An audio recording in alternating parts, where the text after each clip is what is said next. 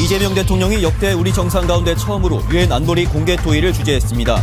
이 대통령은 토의에 앞서 AI 기술이 가져올 변화에 대처하기 위해 함께 지혜를 모으자고 제안했습니다.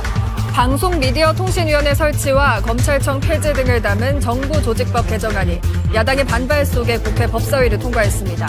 오늘 본회의에 상정될 예정인데 국민의힘은 필리버스터로 저지하겠다고 예고했습니다.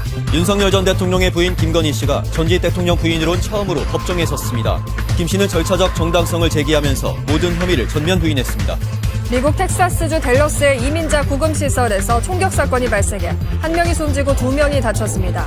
용의자도 인근 옥상에서 숨진 채 발견됐는데 사건 현장에선 이민 당국에 대한 불만을 담은 메시지가 발견됐습니다. 유엔 총회에 참석한 이재명 대통령이 우리나라 대통령으론 처음으로 안전보장이사회 의장 자격으로 공개 토의를 주재했습니다.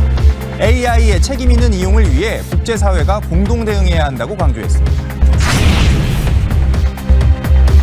김건희 여사가 첫 재판의 모습을 드러낸 가운데 김 여사 측은 제기된 혐의를 모두 부인했습니다. 계엄 당일 합동수사본부 검사 파견 지시 의혹을 받는 박성재 전 법무장관은 피의자 신분으로 13시간 조사를 받았습니다. 조희대 대법원장의 청문회를 앞두고 여야의 충돌이 격해지고 있습니다.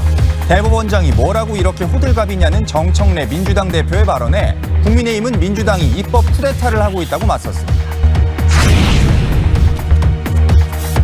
검찰청을 폐지하고 기재부를 분리하는 내용의 정보조직법 개정안이 민주당 주도로 국회 법사위를 통과했습니다.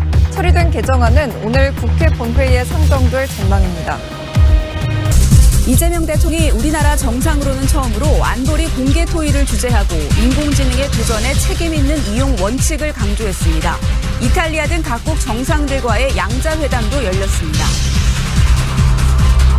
김건희 여사 측이 첫 재판에서 주가 조작과 통일교 금품 수수 등 모든 혐의를 부인했습니다.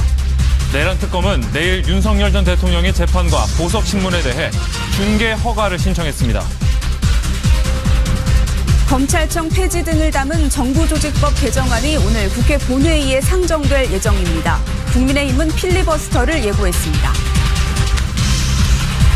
미국 정부가 일본에 이어 유럽산 자동차의 관세도 15%로 확정했습니다. 후속 협의 지연 속에 여전히 25%를 적용받는 한국 자동차는 불리해졌습니다.